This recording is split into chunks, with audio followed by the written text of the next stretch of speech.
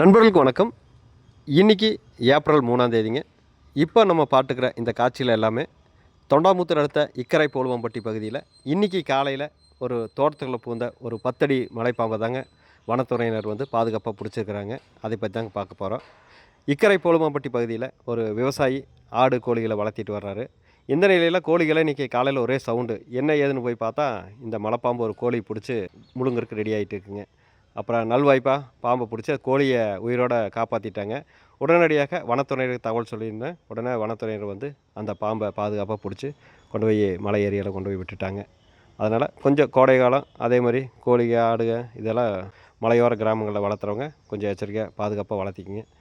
நன்றி நண்பர்களே. மீண்டும் ஒரு பதிவோடு சந்திக்கிறேன். வணக்கம்.